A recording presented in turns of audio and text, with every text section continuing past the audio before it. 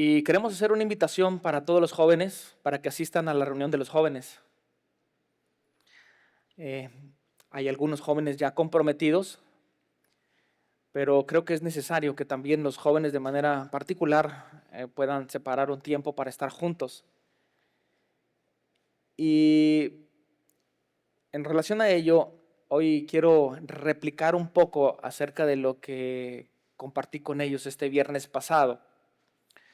Considero que es un tema muy importante y aunque bien no es tal cual, pero mucha de la información que les presenté hoy la vamos a recibir, porque de cierto hemos de decir, según la Escritura, como lo comentamos hace un momento atrás, que nuestra lucha no es contra sangre ni carne, y tenemos una lucha espiritual muy importante, en la que si no consideramos que, o más bien donde no tenemos la suficiente firmeza en el Señor, hemos de decir que corremos mucho peligro, mucho riesgo de poder caer en la acechanza del enemigo.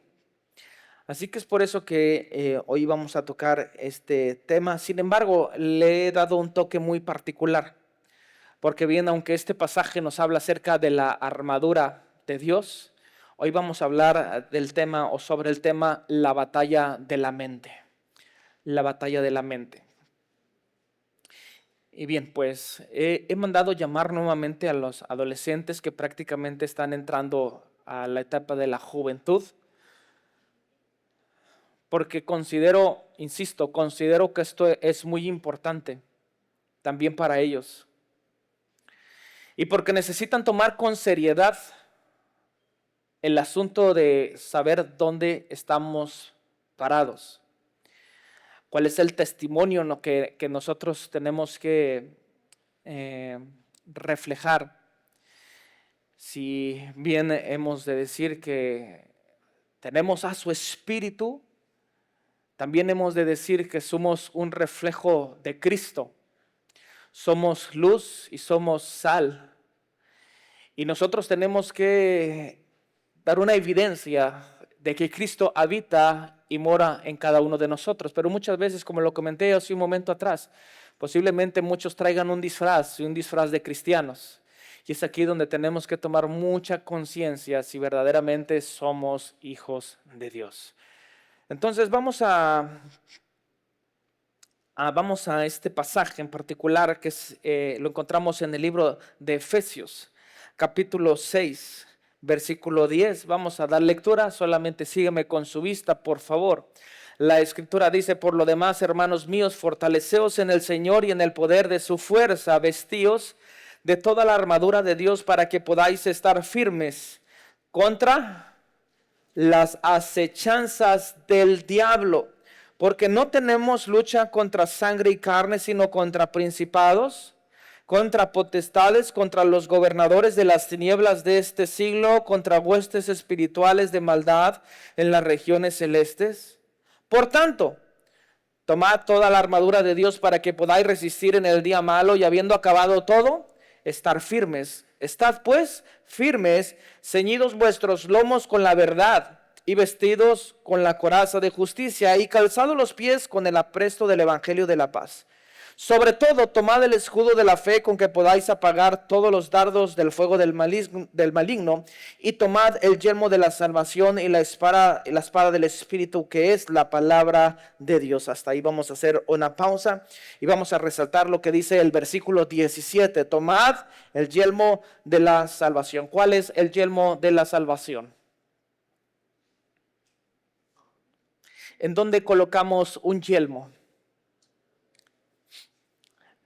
La representación del yelmo es el casco, y el casco se coloca sobre la cabeza y es parte de la armadura que Dios ha delegado o nos ha puesto delante de nosotros para que podamos hacer frente a todas las acechanzas del enemigo. Cuando nosotros leemos esta frase, no tenemos lucha contra sangre y carne, significa que el verdadero conflicto no es con otras personas, sino con fuerzas espirituales, contra sistemas de maldad que son invisibles.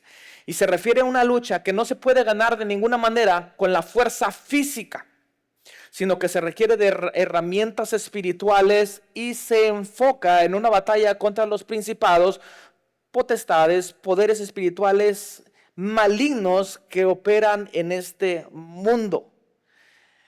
La segunda carta de Corintios, capítulo 10, versículo 4 nos dice: porque las armas de nuestra milicia no son carnales, sino poderosas en Dios para la destrucción de fortalezas. Las armas de nuestra milicia no son carnales. Entonces hemos de decir que la batalla principal es espiritual, no es física. Muchas veces cometemos el error de enfadarnos, de enojarnos, de pelearnos con nuestro prójimo, con quien tenemos enfrente, cuando muchas de las ocasiones, no en todas, pero en muchas de las ocasiones, estamos librando una batalla espiritual muy importante. Sin embargo, eso es lo que quiere el enemigo: lograr distracción, lograr enojo, lograr que no haya armonía dentro de los hogares. Y esto es parte de la batalla que estamos enfrentando. Hemos de decir que las personas a menudo son manipuladas por estas fuerzas y no son el enemigo directo al que nosotros debemos combatir. Los adversarios, los verdaderos adversarios, son las fuerzas espirituales de maldad, lo hemos dicho, los principados, las potestades, que operan en una esfera espiritual, totalmente espiritual, y que influyen, esta es la palabra, influyen en las personas y en los sistemas de este mundo. Y es por eso que hoy luchamos tanto con ello, porque hay una influencia poderosa. Es por eso que los jóvenes están luchando, tienen un conflicto en sus mentes, porque hay una influencia de parte del mundo. El asunto de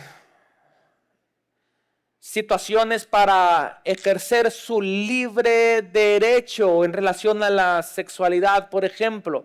Pero no solamente hablemos de los jóvenes, sino también de los padres, o más bien de los hijos, en donde en esto llamado crianza respetuosa,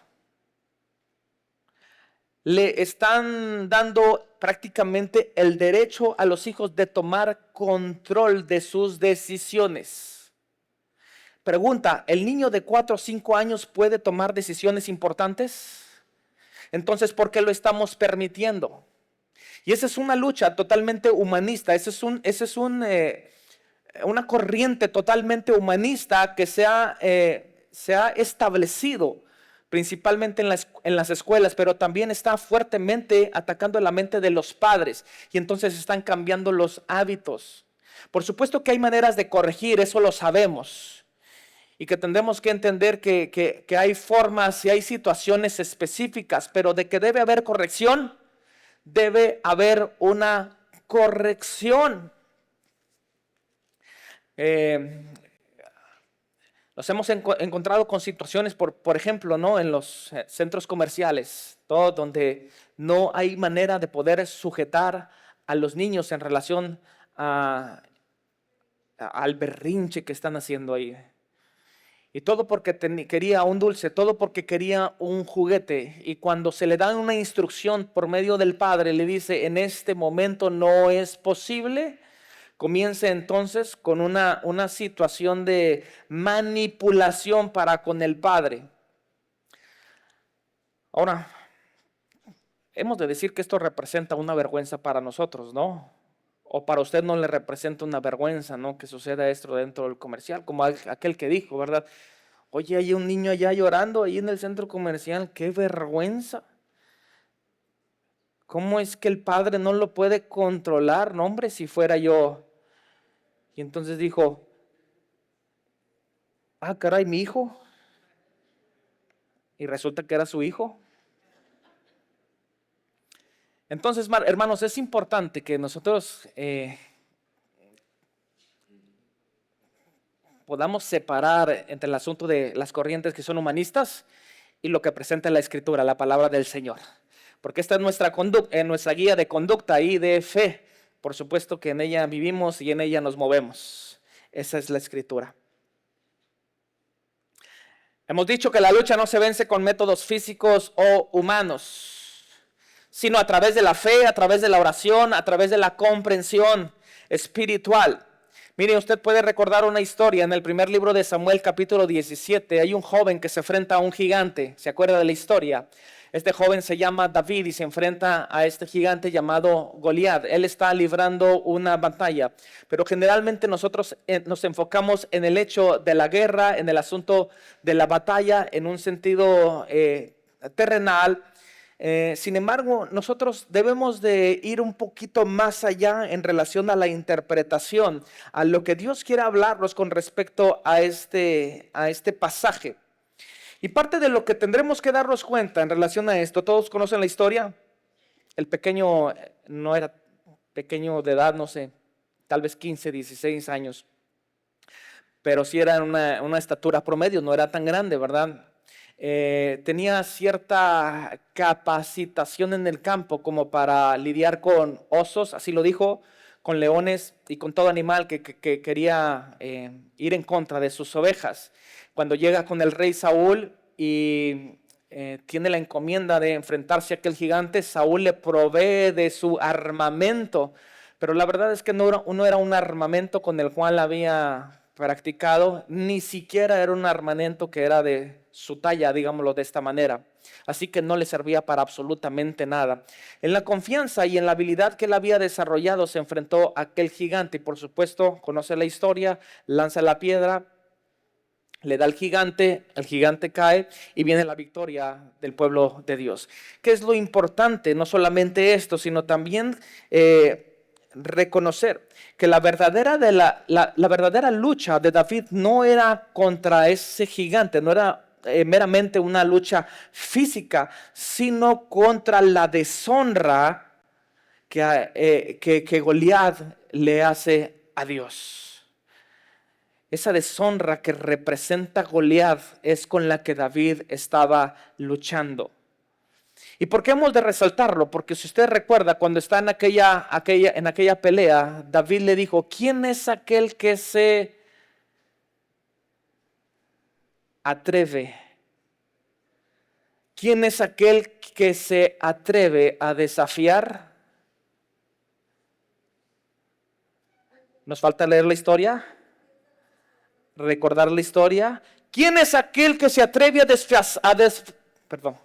desafiar a los escuadrones de Jehová de los ejércitos? Su preocupación no era, bueno, pues posiblemente, tal vez tenía un poco de miedo, me va a enfrentar algo, tal vez me podrá hacer. Pero la bronca no es esa. El problema es que el enemigo que está ahí se está burlando, no solamente de nosotros, sino de nuestro Dios Altísimo. Y eso representaba una deshonra para él. Entonces podemos traducir que esto fue también una batalla espiritual. Por supuesto, David logró vencer al gigante. Ahora hemos de decir en este ejemplo específico que él utiliza su arma. Por supuesto que era muy práctica para él. Todos conocen la historia. Al menos de esto recuerdan, ¿no? Que él utiliza, ¿qué arma? Una honda. ¿Cuántas piedras llevaba? 5. ¿Para qué 5?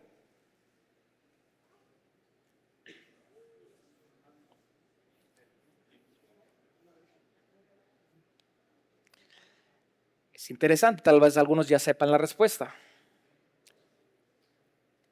Se dice que no era un solo gigante el que habitaba en aquellas tierras, sino eran 5 gigantes. Es decir, David venía preparado para darle un pedradazo a cada uno de ellos. Y por supuesto que esto también tiene una aplicación espiritual, pero bueno, este es otro tema.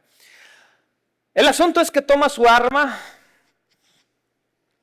la lanza y la piedra le da justo en la frente. ¿Qué sucedió en aquel momento? ¿Qué sucedió cuando el gigante recibió aquella pedrada en la frente? ¿Qué dice la escritura? El gigante cayó de frente. La pregunta es, ¿cayó y murió? No murió, solamente cayó. Es decir, esta piedra solamente lo dejó en un estado posiblemente inconsciente, pero no muerto.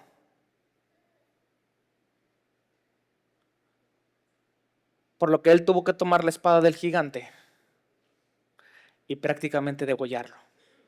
Hermanos, muchas veces confiamos en nuestras habilidades, en nuestras propias habilidades, pero no es suficiente. Porque si nosotros no tomamos una espada para poder darle muerte a lo que nos estamos enfrentando, vamos a seguir luchando día tras día, día tras día. Confiamos en nuestras habilidades, pero nuestras habilidades no son suficientes. Necesitamos darle muerte.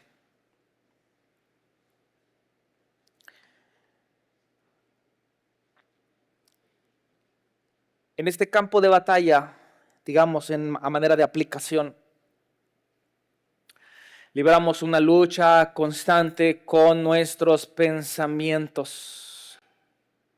¿De dónde se originan? ¿De dónde se originan nuestros pensamientos?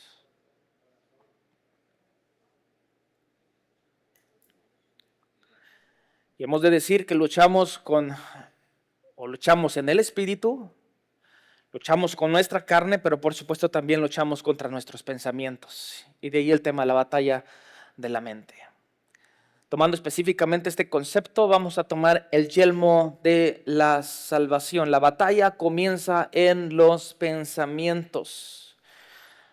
Todo pecado, todo temor, toda derrota comienzan con una idea. Y la mente es el lugar donde el enemigo siembra mentiras para apartarnos de la verdad de Dios. ¿Qué sucedió en el huerto del Edén? Génesis capítulo 3, de los versículos 1 al 5. También la mayoría recuerda la historia.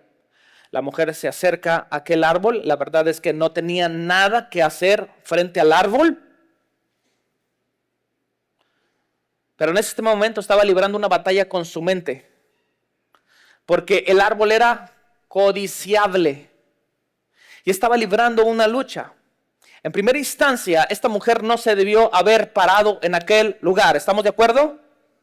Pero ya estaba parada.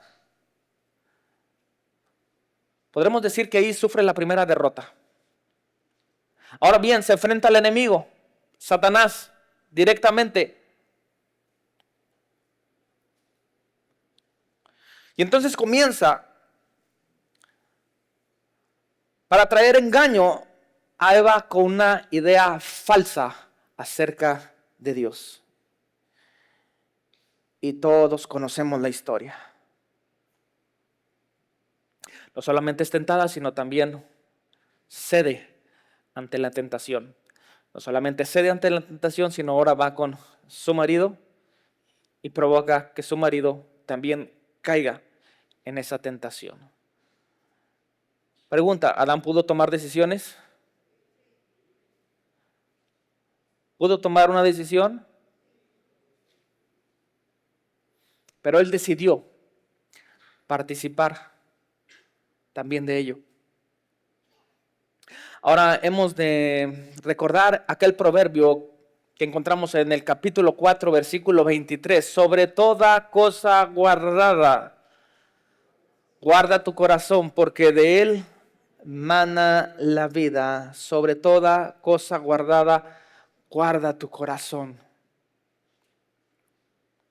Esto significa que nosotros debemos proteger nuestros pensamientos, emociones o intenciones más profundas, ya que de ellas se derivan todas nuestras acciones y el rumbo de nuestra vida. Por supuesto que todas nuestras acciones provienen de lo que hay en nuestro pensamiento, y lo que hay en nuestro pensamiento es porque está guardado en nuestro corazón. El corazón es la fuente. Este proverbio subraya que nuestro corazón, es decir, nuestros pensamientos, nuestras intenciones, nuestras emociones, es el centro de donde emana toda la vida.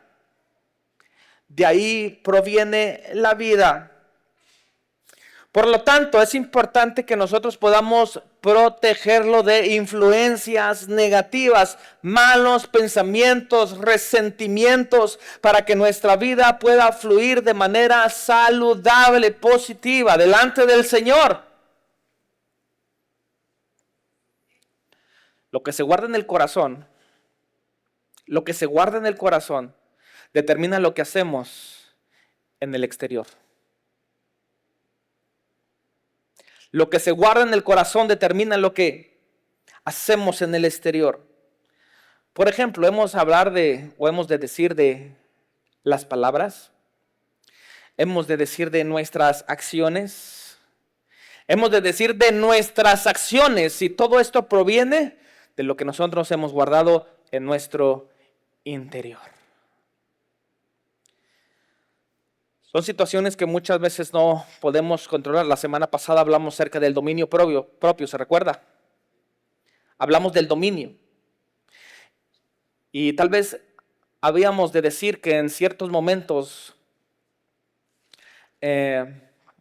expresábamos, es que esto no lo puedo controlar, no lo puedo controlar. Y la pregunta iba en relación a esto. ¿Y por qué razón no lo podemos controlar? ¿Será que no existe el dominio propio dentro de nosotros?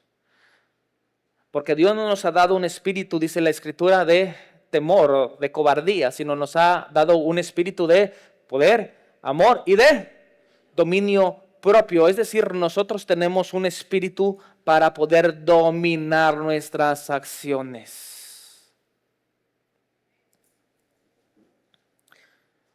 Podemos vivir de apariencias.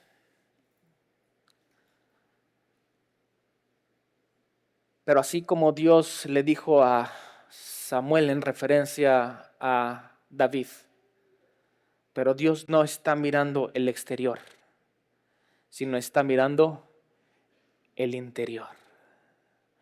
La Escritura dice, muchos caminan en relación a los fariseos con apariencia de piedad. Es solamente una apariencia, pero no es una verdad. No es algo con lo que ellos vivan. Y en relación a esto va la exhortación para todos los jóvenes, por supuesto también, porque de alguna manera los adultos podemos tomar conciencia, de alguna manera, pero los jóvenes podemos decir que si no hay un fundamento firme todavía están mucho más expuestos a lo que el mundo está ofreciendo. Y la verdad es que es tan atractivo, y hemos de decir es tan agradable,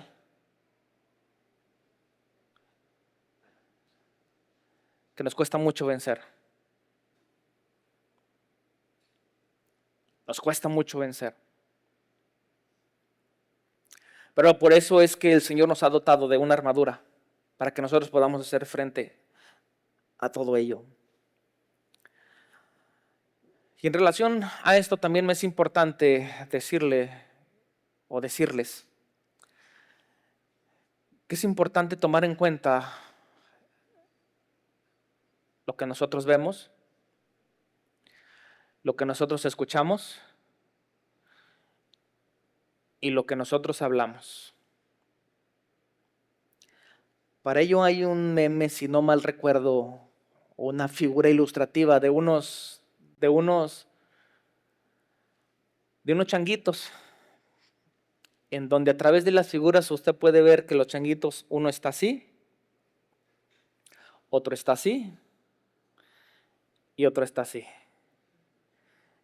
Esto quiere decir, no veo, no escucho y no hablo. Digo, considerarlo en los términos correctos. Si yo veo que algo no me conviene, Si más bien a la vista hay algo que no me conviene, mi reacción debe ser, no veo. Si en el ambiente hay algo que a mis ojos no deben, perdón, a mis ojos, que a mis oídos no deben entrar, entonces debo decir, no escucho. Y si hay algo que provoca que mi lengua no emita lo correcto, debo decir, no hablo. Cuidado con la lengua. Alguno lo dijo de esta manera, hay algunos que hasta hablan en lenguas, pero no pueden controlar su propia lengua. Aquí puede decir ay, o amén, o algo, lo que sea. Aleluyita. ¿No será que no tenemos dominio propio?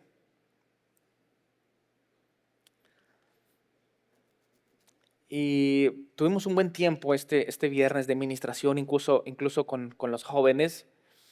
Pero también les mencionaba sobre la apatía que se percibe. Yo les mencionaba el asunto de la apatía. Y yo lo puedo percibir, lo puedo ver desde aquí.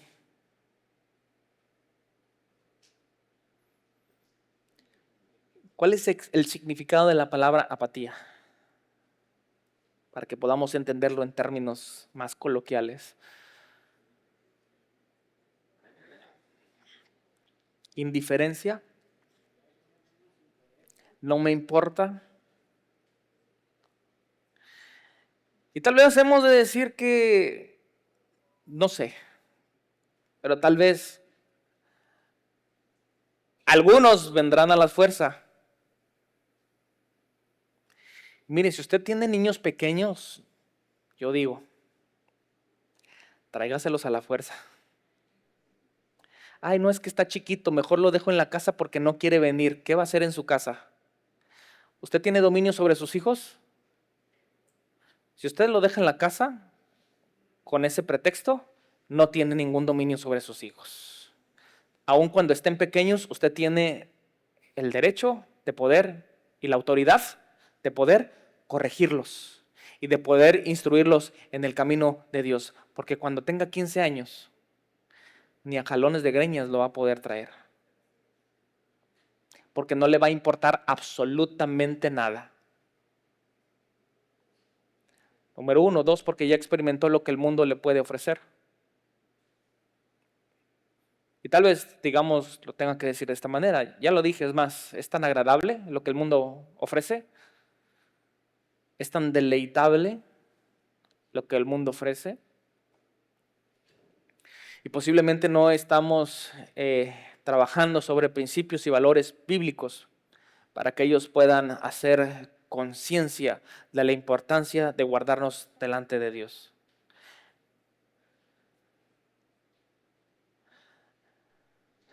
No viva de apariencias. Posiblemente aquí sea santo, pero allá afuera sea Blue Demon. La lucha, la lucha, la lucha. De 2 a 3 caídas, y es ahí donde en la tercera caída a usted le toca perder.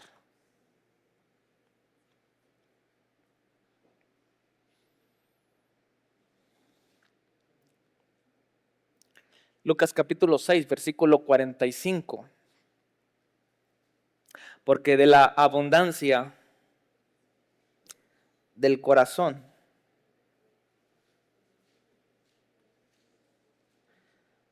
¿sí estamos bien?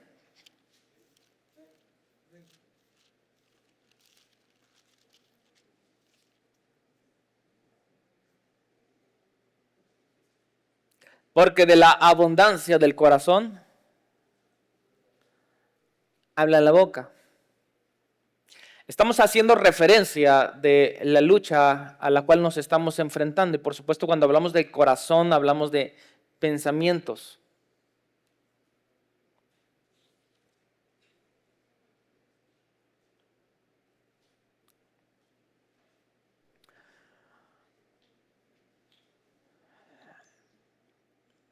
En este pasaje la Biblia aclara que del buen tesoro sale lo bueno y del mal tesoro sale lo malo. Es decir, cada árbol se conoce por su fruto.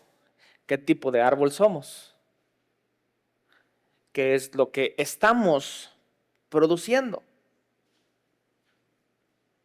Y la idea central en este pasaje es lo que se piensa y siente profundamente se manifiesta con nuestras palabras. Si una persona es amable es porque su corazón está lleno de esas cualidades. Pero si es hostil o es negativo, es un reflejo de que su interior está lleno de esto. Así que, ¿qué es lo que guardamos en nuestro corazón? Hablamos este viernes pasado también un poco acerca de ello, que es importante saber qué hay, qué existe dentro del corazón. Muchas veces nos enfrentamos a una tercera persona que solamente irradia amargura, refleja amargura. Y decimos, mira, este pleitista que nada más quiere estar peleando con todo mundo. Y nos enfocamos solamente en lo que hay en el exterior, solamente las apariencias, ¿verdad? Y hasta puede hablar mal de esa persona y demás. Lo que enfaticé aquel momento es considerar lo siguiente, hermanos. Si es que es una persona que está caminando bajo estas circunstancias, es importante pensar qué es lo que está guardando dentro de su corazón. Porque si solamente es lo que está dando, nosotros no sabemos si en casa su papá lo maltrata, su papá le pega, si ha sido una persona que pasó por alguna violación, por algún rechazo, por algún tipo de circunstancia específica y que a manera de que no lo puede sacar dentro de la casa, entonces tiene que sacarlo a veces con el primero que se le atraviesa. Pero muchas veces lo que hacemos es continuar con la provocación, continuar con la pelea, cuando no es de sabios pelear con necios. Y es ahí donde tiene que entrar la sabiduría de Dios en nuestros corazones. ¿Qué hace usted cuando un tipo le pita ahí en la calle? ¿A poco le dice, Dios te bendiga? ¿A poco sí?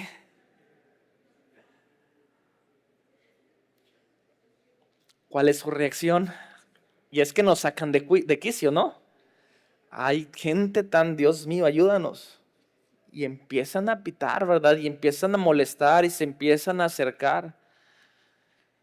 Y ahí es una lucha con nuestro propio carácter, dominio propio. Ayúdame, Señor. O lo controlas o me bajo con la cruceta. O sea, para aplicarle la cruz del Señor. Cruz, cruz. ¿De qué manera reacciona ante situaciones como esta? ¿Verdad? Le conté la historia aquella, ¿verdad? Donde yo me andaba, una mujer que me sacó totalmente de quicio. Una mujer, ¿no?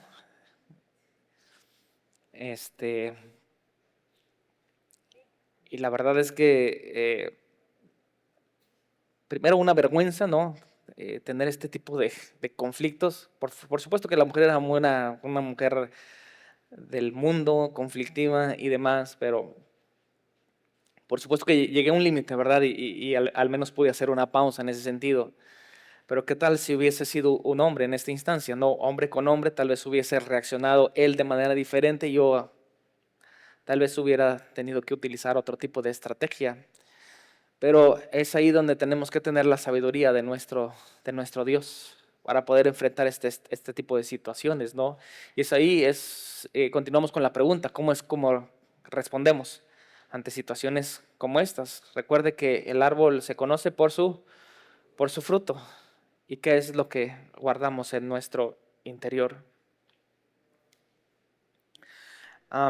En una interpretación práctica podemos decir que esto se utiliza para entender que las palabras no solo son un producto del momento, sino que provienen de una fuente interior. Por lo tanto, se puede juzgar el carácter de una persona por lo que dice, ya que esto va a revelar su estado emocional y su estado moral. Por supuesto que va a traer a la evidencia.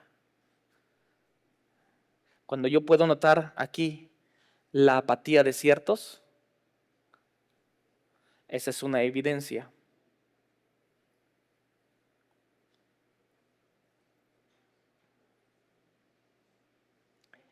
Y no es precisamente para evidenciarlo, sino para orar al Señor y pedirle que tenga misericordia de nosotros.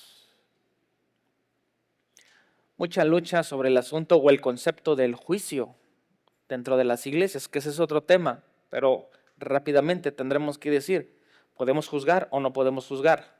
¿Qué dice el público?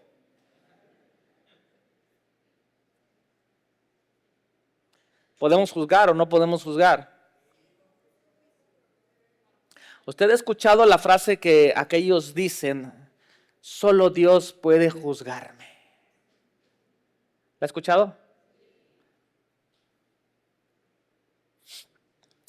Tendremos que interpretar esto en dos sentidos. Por supuesto que hay un juicio condenatorio que ni usted ni yo tenemos participación en ello. Porque llegará un momento donde Dios juzgará a vivos y, bueno, más bien a todos, ya no estaremos vivos, ¿verdad? Juzgará a todo el mundo. Y ese es un juicio que viene de parte de Dios. ¿Qué sucede con lo que sucede dentro de la iglesia, dentro de la comunidad? ¿Y qué dice la Escritura con respecto a ello?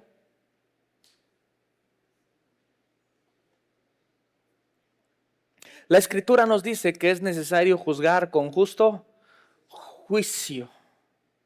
Es decir, nosotros tenemos que hacer una evaluación de la forma de vida que lleva una persona en relación a nuestro cristianismo.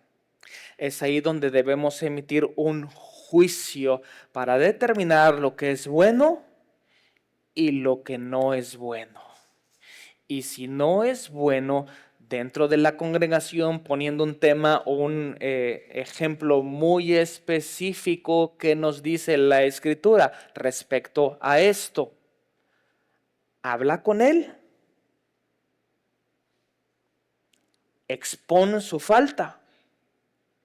Y si es que esta persona no quiere entender, entonces llévala con 2 o 3 testigos. Expón su falta delante de ellos. Si aún no quiere entender, de esto se trata el juicio. Exponlo frente a toda la congregación.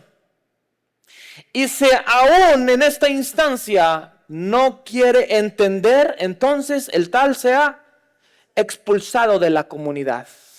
A eso se le llama hacer juicio dentro de la congregación.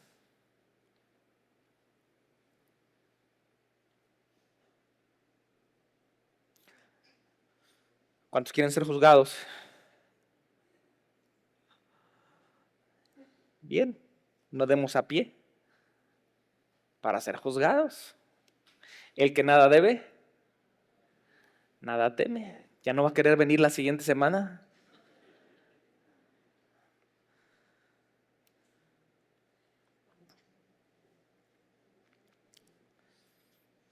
Si nosotros descuidamos, hermanos, nuestra vida espiritual, podremos caer en muchas situaciones que no convienen, sencillamente. No convienen. Les daba referencia a los jóvenes este viernes pasado de una experiencia personal. Y es que esta semana en particular me di a la tarea de darle limpieza al patio de la casa. El patio de mi casa es particular.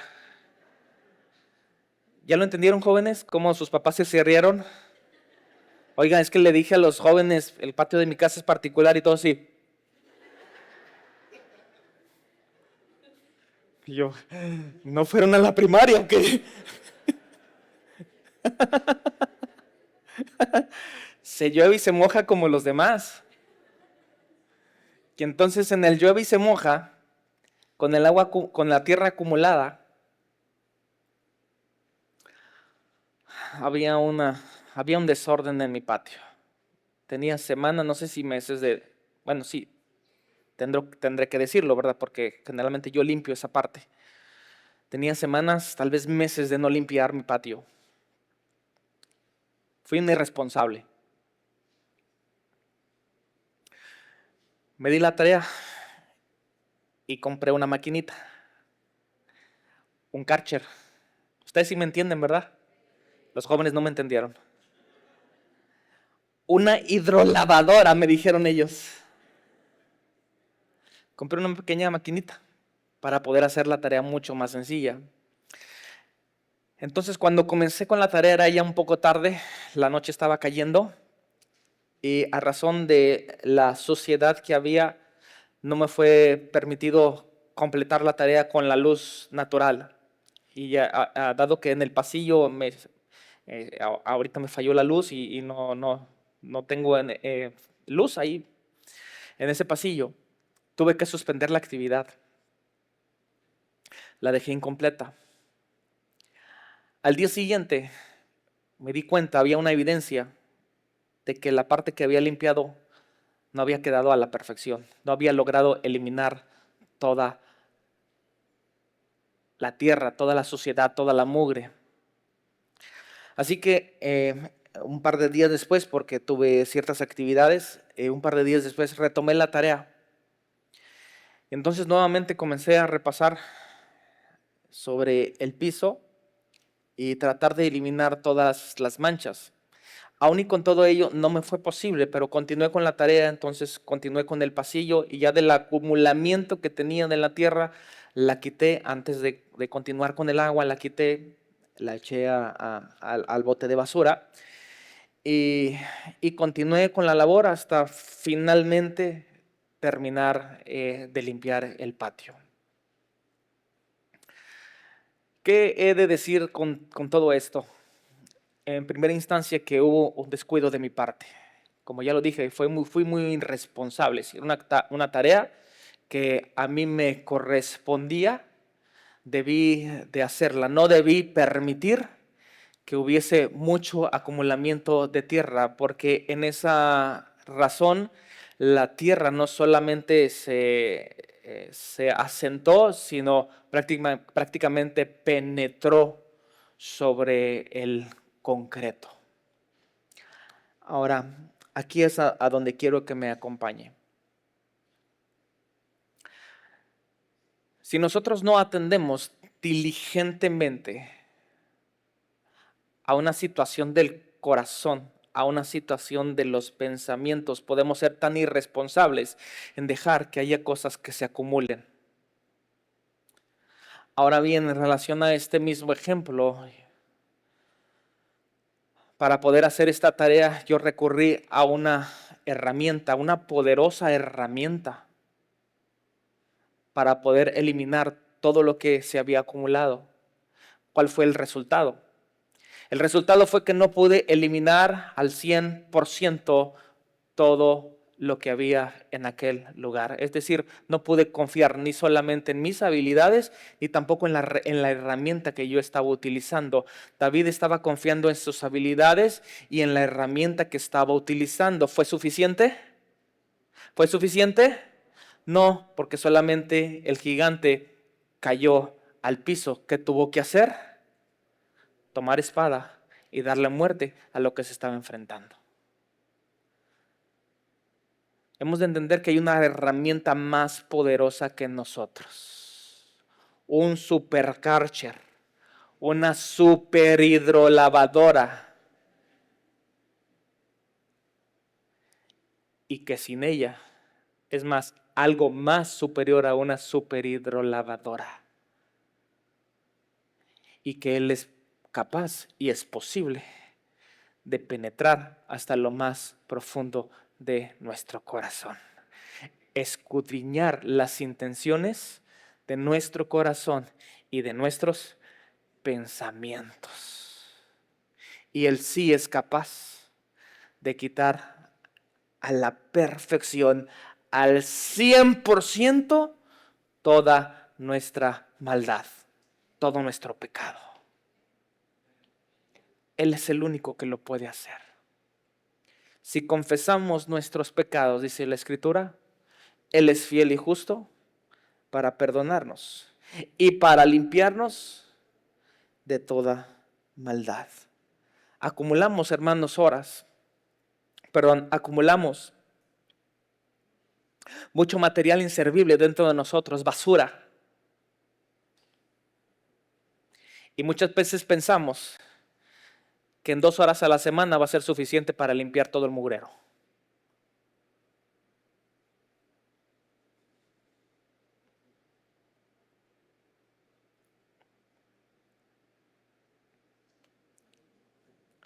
Por tanto,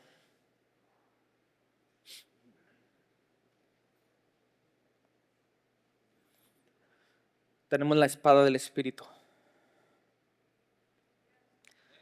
para poder darle muerte a lo que no nos sirve. Y de esa manera nosotros podamos entender y declarar que somos más que vencedores por medio de aquel que nos amó. Esa es la tarea y esa es la labor que tenemos cada uno de nosotros. Termino con esto.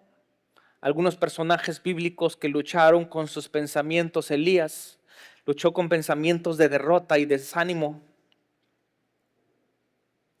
Después de ver una gran victoria en el Monte Carmelo, se hundió en la desesperación. Hasta él mismo sintió que no valía la pena seguir viviendo.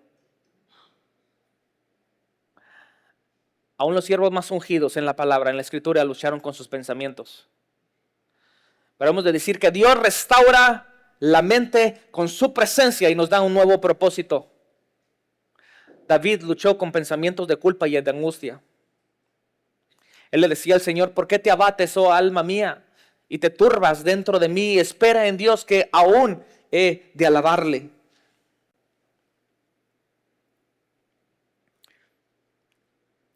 En uno de los salmos más recitados: crea en mí, oh Dios, un corazón limpio y renueva un espíritu recto delante de ti. David enfrentó culpa, enfrentó la tristeza, enfrentó un autorreproche tras su pecado con Betsabé.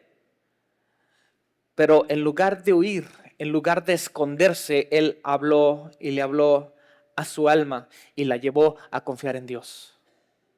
Cuando la mente se llena de culpa, el arrepentimiento sincero trae restauración. Y así como ellos, podemos hablar de un personaje llamado Asaf, del que tal vez no tenga tanta referencia, donde se llenó de dudas, se llenó de envidias. Es uno de los que escribe también los salmos. Pero él no es más que cuando comprendió que entrando a la presencia de Dios iba a quitar toda duda y toda envidia, aún de los que se hacían enriquecer delante de él. Hablamos de un Jeremías que vivió en un proceso de frustración y de soledad, pero él dejó que la palabra de Dios se mantuviera viva y se mantuviera encendida en su Biblia, de modo que fue lo único que lo sostuvo. Hablamos de un Pablo, por ejemplo, uno de los hombres más reconocidos en el Nuevo Testamento, que él vivió bajo un conflicto entre la carne y su mente. En el libro de Romanos lo expresa. Y es una lucha continua y una lucha constante. Pero no es más que reconociendo la victoria en Cristo Jesús que podemos vencer y que podemos derrotar, darle muerte a aquello que está delante de nosotros. Por lo tanto, debemos de decir que, hermanos, sí estamos en una batalla constante, y solamente esto es uno de